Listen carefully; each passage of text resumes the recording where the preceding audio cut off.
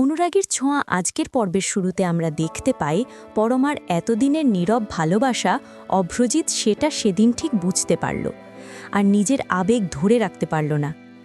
ক্লাবের মধ্যেই সকলের সামনে পরমাকে জড়িয়ে ধরল, কিন্তু হায় রে কপাল, অভ্রজিৎ তখন ড্রিঙ্কসের নেশায় চুর। তার সেই ভার সহ্য করতে না পেরে পরমা ছিটকে পড়ে গেল আর পায়ে লাগল মারাত্মক চোট। কিন্তু আর একটু আগেই ঘটেছিল আসল চমকটা। ক্লাবে যখন সকলে তাদের দেখছিল তখন পরমা স্পষ্ট গলায় অভ্রজিৎকে নিজের স্বামী বলে সবার কাছে পরিচয় দেয়। শোনে অভ্রজিতের খুশিকে দেখে কে। মুহূর্তের মধ্যে সকলের উত্তেজনা কমে গেল, যার যার মতো স্বাভাবিক হয়ে গেল সবাই। পরমা তখন অভ্রজিৎকে ধরে ক্লাব থেকে বেরোবে, ঠিক তখনই অভ্রজিৎ তাকে থামিয়ে দিয়ে জিজ্ঞেস করে, পরমা, তুমি আজ সবার সামনে আমাকে নিজের হাজব্যান্ড বললে, সত্যি করে বলো, তুমি কি আমাকে স্বামী হিসেবে মানো? পরমা এক মুহূর্ত ইতস্তত না করে সবার সামনেই আবার বলে ওঠে, হ্যাঁ, আমি তোমাকে স্বামী হিসেবে মানি। আজ থেকে তোমার আর আমার সম্পর্ক নতুন করে শুরু হলো। অভ্রজিতের আনন্দ তখন বাঁধনহারা। সে সঙ্গে সঙ্গে পরমাকে বুকে জড়িয়ে ধরে আর তার ফলে পরমা পড়ে গিয়ে পায়ে আঘাত খায়। পরমার এমন অবস্থা দেখে অভ্রজিতের বন্ধুদের মধ্যে টিনা সঙ্গে সঙ্গে এক গ্লাস লেবুর শরবত এনে জোর করে অভ্রজিৎকে খাইয়ে দিল।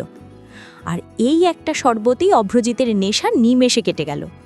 হুঁশ ফিরতেই সে দেখল পরমা নিচে পড়ে আছে। পরমা, কি হয়েছে তোমার?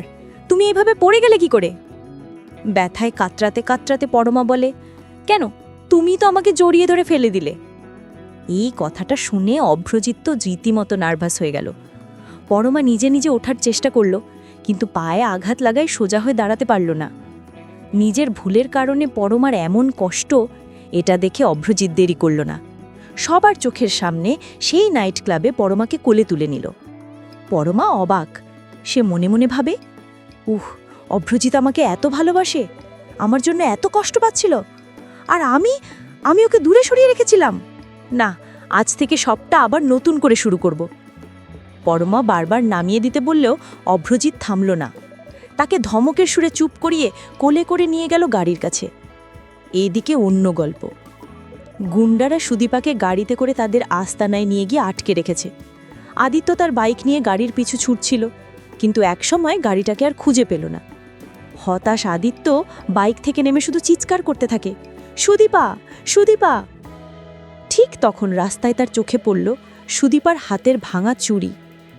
আদিত্য বুঝতে পারল সুদীপা তাকে রাস্তা দেখানোর জন্যই চুড়িগুলো ফেলে রেখে গেছে। সঙ্গে সঙ্গে আদিত্য বাইক নিয়ে সেই পথে এগিয়ে চলল।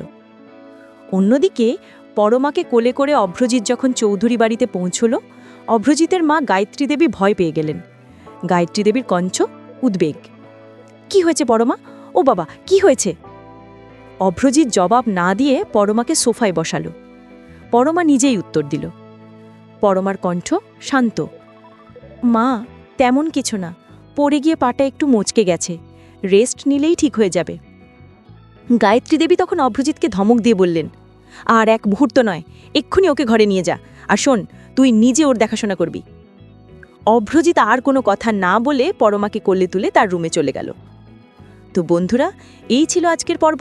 ভালো লেগে থাকলে লাইক কমেন্ট করে জানাতে ভুলো না, আর চ্যানেলটি সাবস্ক্রাইব বা পেজটি ফলো করো নতুন আপডেট পেতে। আগামীকাল দেখা হবে। টাটা।